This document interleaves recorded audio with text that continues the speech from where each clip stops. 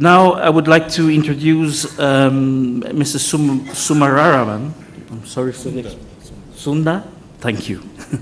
He's been widely presented to you yesterday during the opening session, so I'm not going to repeat this and take away or bite away from his time for his presentation. He will present us on designing an information technology system in public health and how we can use information technology specifically in healthcare. The floor is yours. The presentation is mine. It's a much larger authorship on this.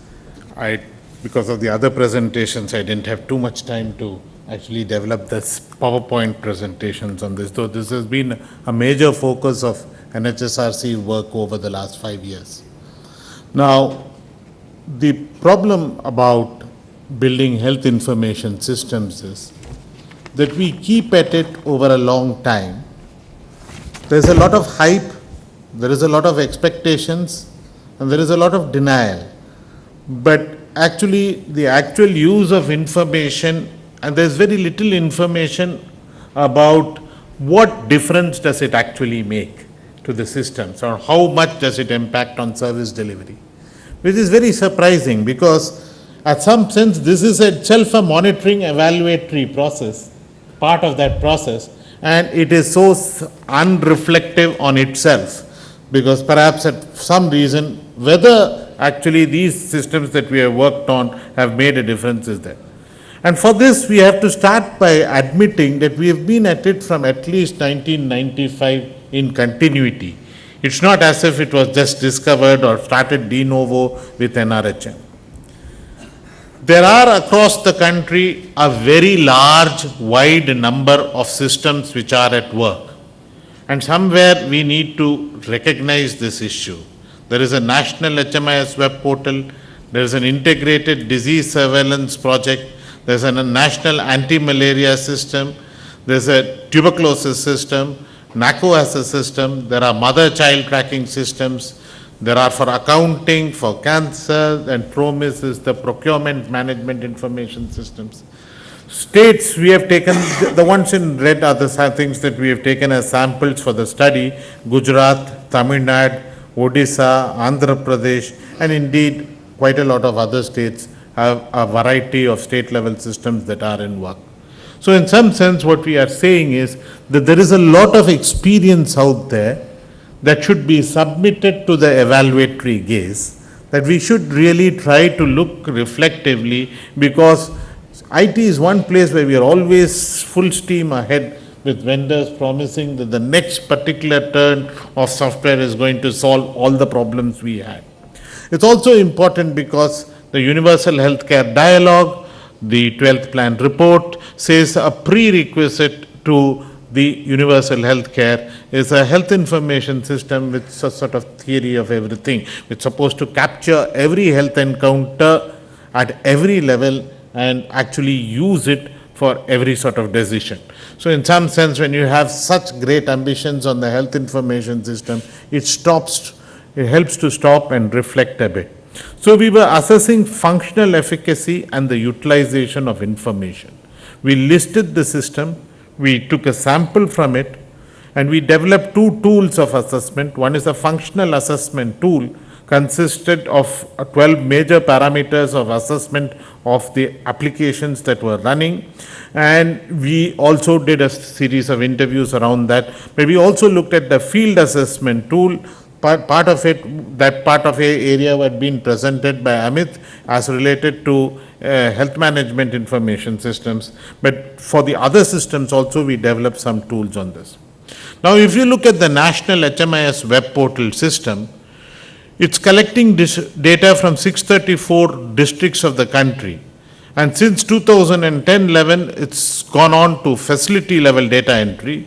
It's a single interface for all HMIS data, and it has improved data availability at a single place. However, it's notoriously user unfriendly. You've got to upload after 6 p.m. at the night, and it's really slowed down. not been able to manage the load. There's more than 32 servers at work at the national level, and they're really having problems. Static reports have limited usability at different levels, no flexibility for customized reports. Static means the reports are predetermined centrally and made, analyzed, and put up there, and usually do not pertain to what I would like to know to manage at a district or block level. Limited to no analysis for local users. This is backed by a very sophisticated statistical package, but actual utilization of that package is extremely poor. Lacks standards and integration with other functional state specific. Indeed, there's a pressure on all other systems to actually shut down and come into this system, but this system's own efficacy is limited. And proprietary in design and difficult to make changes to changing needs. The other big one is the mother and child tracking system. Started with Gujarat and now centrally on a servers is available. Now here more than 1 crore records of mother and children are mothers and pregnant women and children are available online, as rapidly growing. Centralized model of data collection, it's entered peripherally at the block level, if not district, usually block or even sub-block level, but into a central repository, generates work plan for each A&M for follow-up on the service provided by pregnancy and immunization. And there is a central backup system where you can call and check on a number of mobile numbers onto the veracity of data and also use it potentially for passing messages down. And its intended benefits were other than better service delivery, better supervision, birth registration, stock requirements. The problem is it runs completely parallel and duplicatory to the health management information systems. The crores of registrations are done, but the record of completion and updating are very weak. It's a huge shift in the burden of reporting. The entire data formats that you need to maintain are very loaded, so the actual time that the A&M spends shifts to this. And finally, the feedback she gets is based on the information she provided, and in some sense, the whole circuit is really, the value addition of the circuit is something that requires much vigorous thing. Does not help with exclusions, no evidence of attributable improvements, work plans generated and received late. But mind you, I must tell you this, there is a lot of strong belief in this system, and in fact, evaluatory gaze would be highly thing, and most common opinion would be among people who manage this system that give us some more time, we're just going to crack it. Manage it right around the corner. But if we look at the HMIS thing, we're not quite sure of this. There is a third system that acts as the state level system in many districts, and you have the district health information system. It's an open source system, allows block and district level management and use, but it has also its limitations in terms of administrative bottlenecks and lack of interoperability with other systems. Malaria has gone through a similar problem and process to the HMIS system, and we have seen this. The integrated disease surveillance program, malaria went through the same cycle. You have this system, it's a new system, here is a gee-whiz solution, it's going to solve it. After some time it really reaches another, then it picks up and it sort of meanders along at some point. It's not really providing useful, but it's a very elaborate system out there.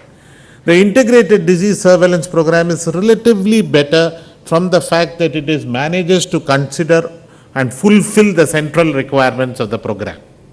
What it does not quite do is to allow district level and block level usability of the information. Tamil Nadu has interesting multiplicity of systems. One that links the sub-centers and PHCs together, one that takes the CHCs and district hospitals together, and one that takes this together, one that takes the medical colleges together, and they don't talk to each other. So a fourth one is made to just relate them to each other. Usability is a problem.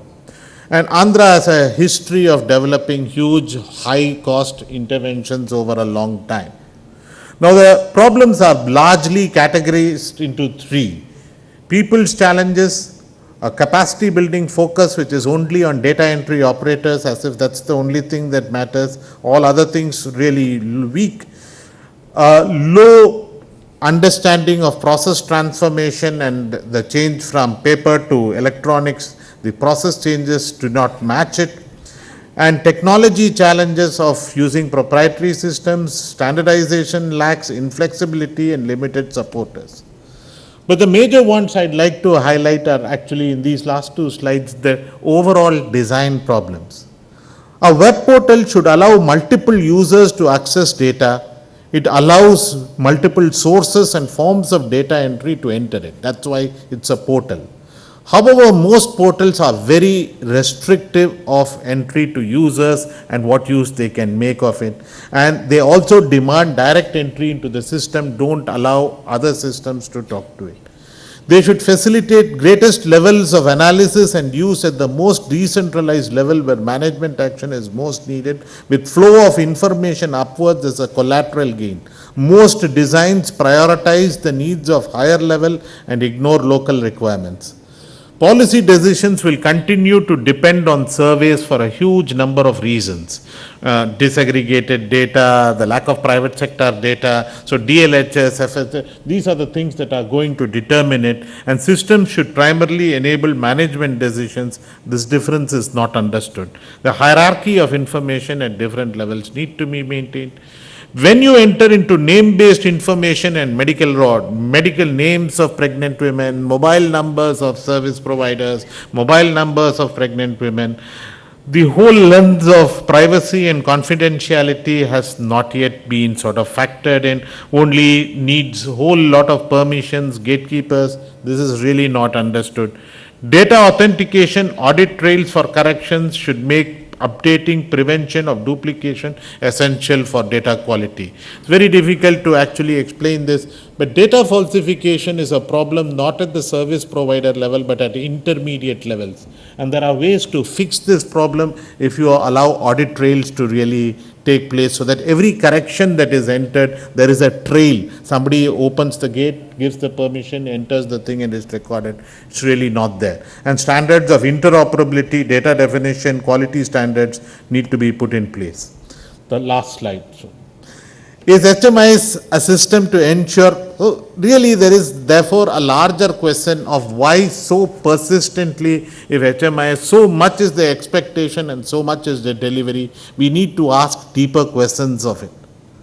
So somewhere the actual requirement of HMIS becomes that everybody starts conforming to a certain normative behavior and a normative way. So you say you put things in the form, you don't want to really analyze it, but you want to get the discipline of people recognizing it is there and conforming to it.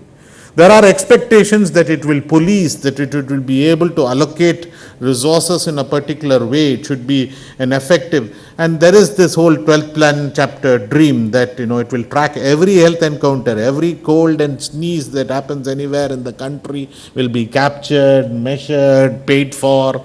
And at some point of time, the UK, United Kingdom, spent a total, they had a 11.2 billion pound program to do just this. And at the point of 6.4 billion pounds when they had spent in 2 years back, they shut down the program as a total non-starter at a huge level of expenditure. That way we are doing much better. We have spent only in millions, we have not really gone into the billions. And as an aid to, but we should really look at it in developing it as an aid to the service provider and the local program manager. I think somewhere we need to capture this right in this time, and it has still great potential, but we are far from realizing it. Thank you.